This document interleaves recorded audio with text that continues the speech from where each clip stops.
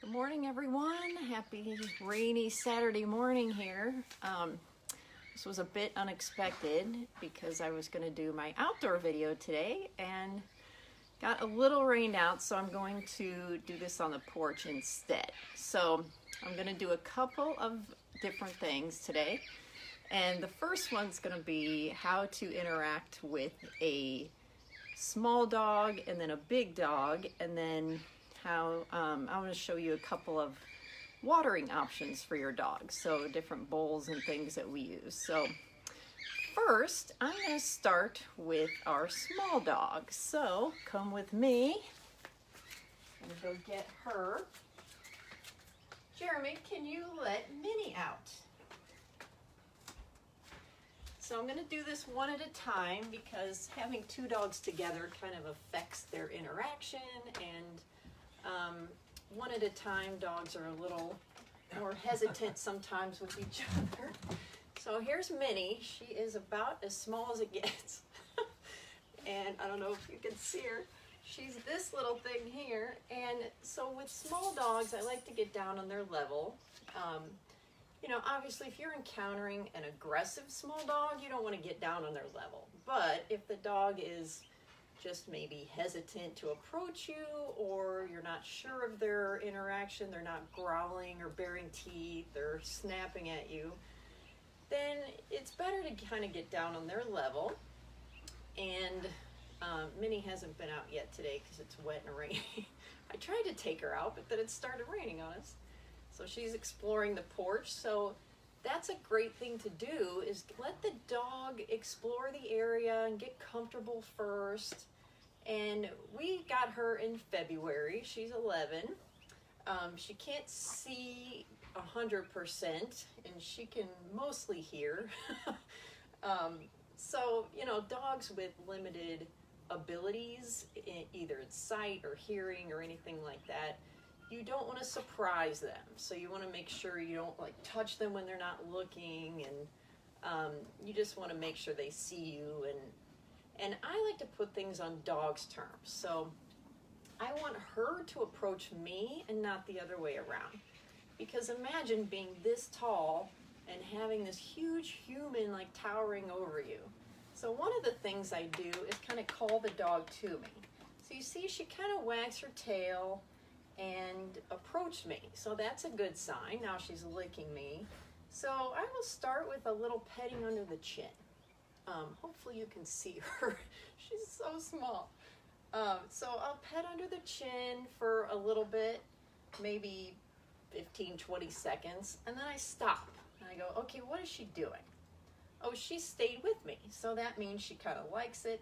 If the dog goes away, then they probably need a break.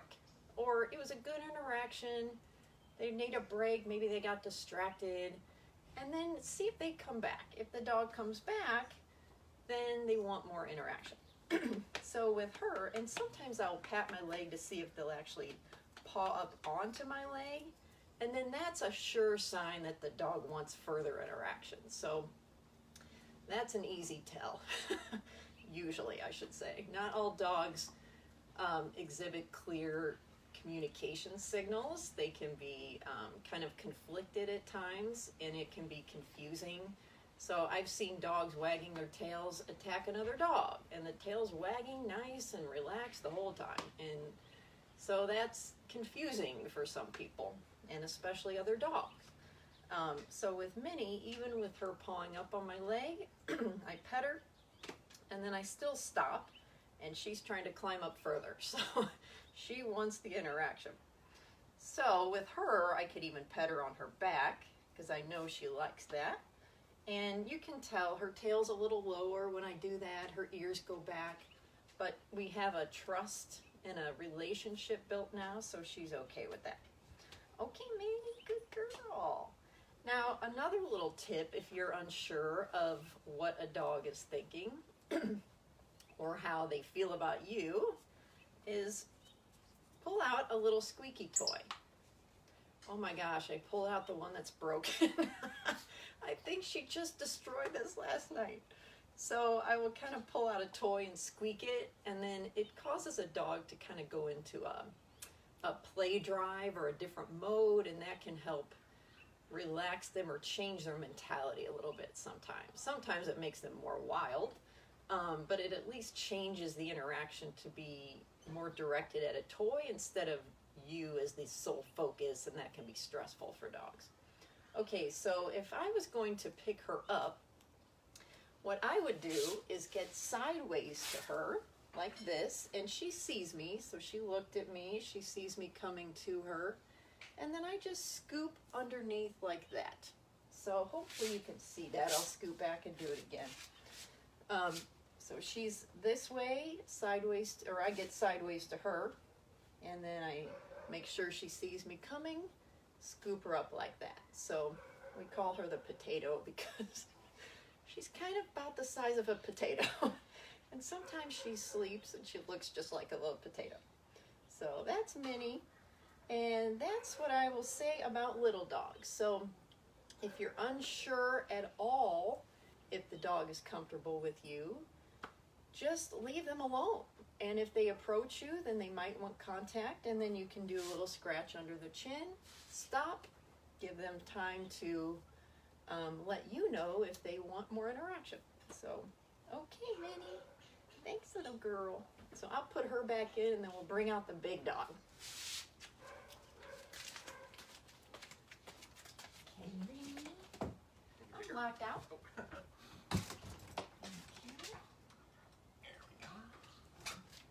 Then you can let Sammy out. I kiss Minnie on the head a lot, so I have hair on my lips. Okay, so here comes Sammy. So with a big dog, I like to start standing. Now, obviously, we've had this dog for 12 years, so he knows me a little bit. But I still, Sammy, don't knock over the camera. So I let the big dog come out, sniff me. I will totally ignore the dog and just start talking to the person that I'm with, and let the dog kind of sniff around me. Usually they sniff my shoes that are covered in dog smells. They'll sniff my pants that are covered in dog hair, and then they'll come over. Sammy? Sammy's dad is having breakfast inside, so he's a little more interested in it. Oh, you found the toy. Good job, buddy. So with a big dog, it's the same principle. Now he wants the toy. I start by petting under the chin or on the chest. Come here, buddy. Sammy, come here, good boy. So I will pet right here. And then the chest and chin and going under is way more comfortable for dogs than going over their head, even a big dog. So you can do that a little bit. And so he walked away, so I just stopped. Now he's sniffing the air. When dogs get distracted, that's when they can be less tolerant of being touched. And fortunately for this video, Sammy is a weird dog. Like, he's got some issues and he doesn't always love to be touched by everybody. He's extremely tolerant of it.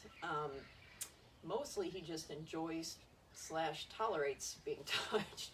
But with me, I like to push his boundaries a lot to a point, not to the point where he just hates it, but to make him and keep him more tolerant of being touched, so that if someone else were to do it, it wouldn't be so traumatic on him. So now you see what he's doing. He just went and laid in his bed, and so this brings me to another point while he's doing this for us. If your dog is sleeping in their bed, don't touch them. Just let them be alone, let them rest, give them a break. And a lot of times this is where kids and dogs get into trouble together, is either parents will let their kids go up and harass the dog in the bed, and it may not be harassing to you, seemingly, but to a dog who's trying to rest, they don't want to be messed with, especially by a little out-of-control toddler who's super unpredictable to them, who is known to maybe pull on ears and tail and not pet them in ways they like. Now, most dogs are extremely tolerant, and I always say dogs don't bite as much as they could or should, and that's great. But most dog bites to kids come from the family dog, and there's a reason. So, if you ever have, we always say, the saying is, dog and kids on the scene, parent in between. So that's, you manage the dog and kid together always. So a good rule is that if your dog is sleeping, resting on their bed, you leave them alone. If they want attention, like with Sammy, I could pet him there and he would paw at me for more attention, and that's something I know about him. So obviously if you know your dog very well, you understand their communication signals, that's very different. But even your own family dog can snap and bite you because they're still a dog.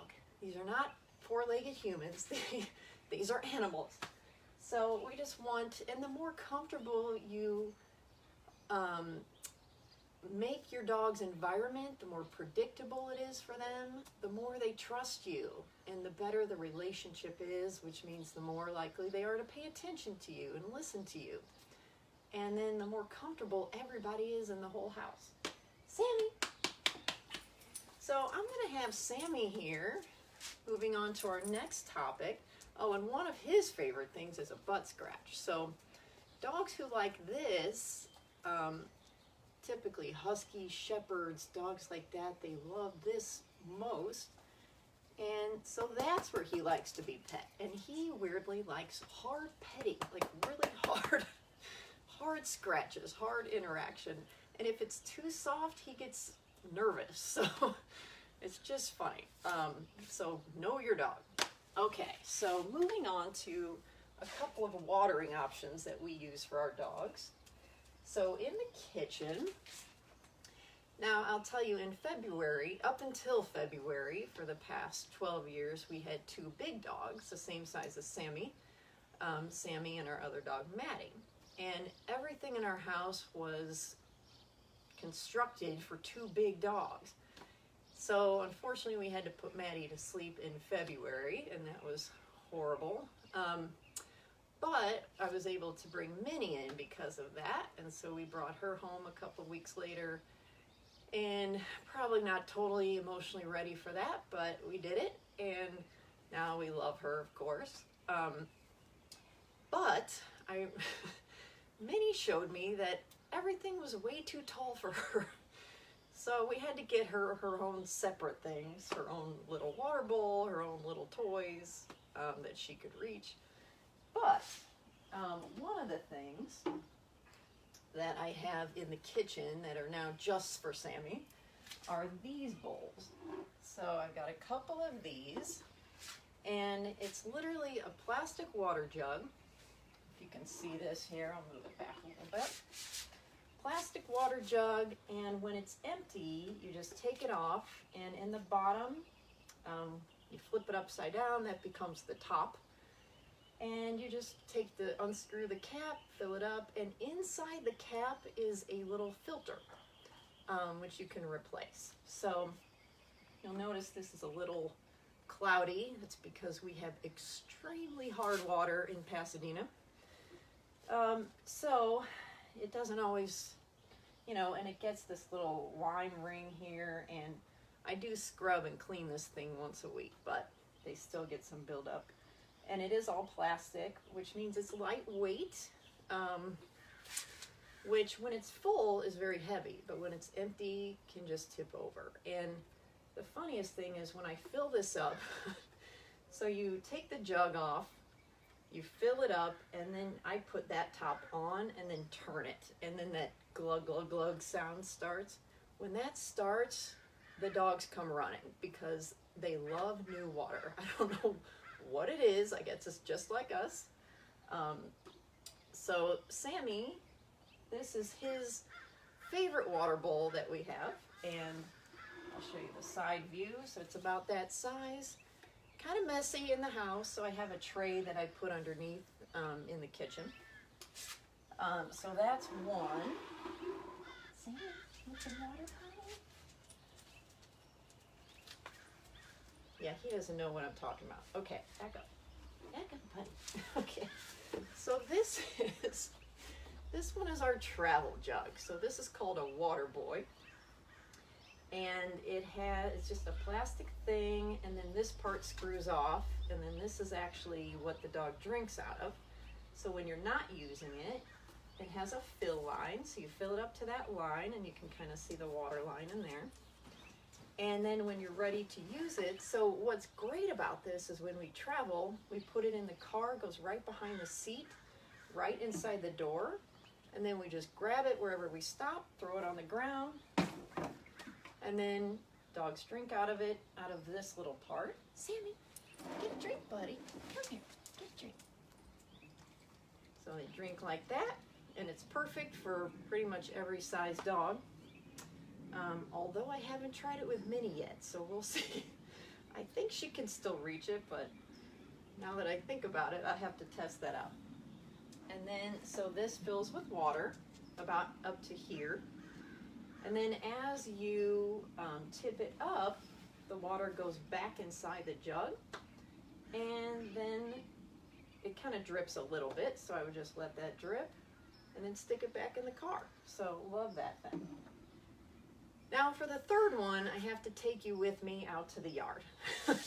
So now here's just a quick little tip. If you have dogs, which obviously most of you do if you're watching this, get some shoes for your dog yard. So we have a yard where the dogs like to poop and pee. I have shoes that have flat bottoms, so if and when I step and poop, I can scrape it off, and it's not like an ordeal to get in the grooves of the shoe. Okay, so I'm going to take you out to show you one more. Pardon the camera shaking. I'm going to show you one more. Ooh, I switched the phone here. Okay, we'll go out to the yard. Now this, I'll turn the camera around. This is our Lixit. So this is, stuck my finger in there. Okay, so this hooks up to the hose. This we keep on all the time. These are how we turn off and on the water. So the Lixit is this thing. So what happens is the dog comes up and licks it, and you can see that water pours out when they lick it. Sammy, you want to test it out, buddy? Come here. Get a drink. Get a drink. He thinks I have food. Sammy, get a drink. Get a drink, buddy. Sammy, get a drink. Okay, forget that. You'll have to take my word for it that when he licks that thing, water comes out. Okay, buddy. And then for the hose side, this is completely off because this is off. So if I flip this, the water goes into the hose. So you can operate those separately. So get a splitter, put the Lixit on one, and now you've got water available all the time for your dogs, 100%. So that is one of my favorite things. And they learn it super fast. I mean, I literally brought, Maddie was the first one to try it. Brought her out, tapped on it. She saw the water coming out, started licking the water, and then that was it. So, okay, so I'll flip you back around here. Okay, so that's it, excuse me, for the dog Q&A for today. And then I hope you guys have a wonderful Saturday and enjoy the wet, rainy weather in California or Southern California here. And we get a little break, something different today. And have a great weekend. Okay, see you next time. Bye-bye.